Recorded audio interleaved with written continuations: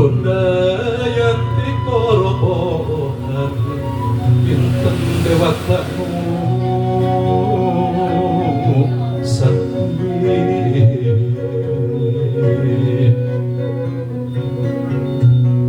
Baratkeun jalan ratan katampian kesan mandi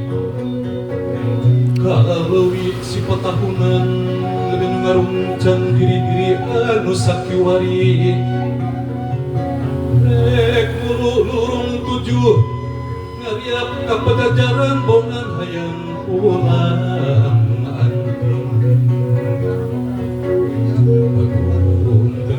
padung dengan jeung usikna pangajian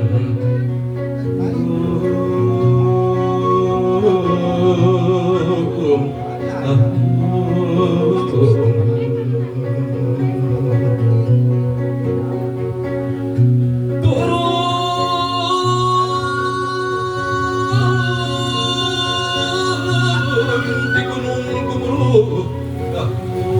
jangan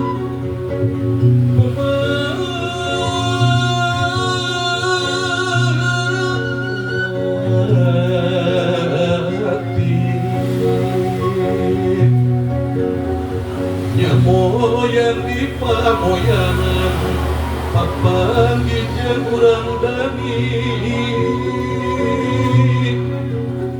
anu keur meneng ngaraja mageut kadaya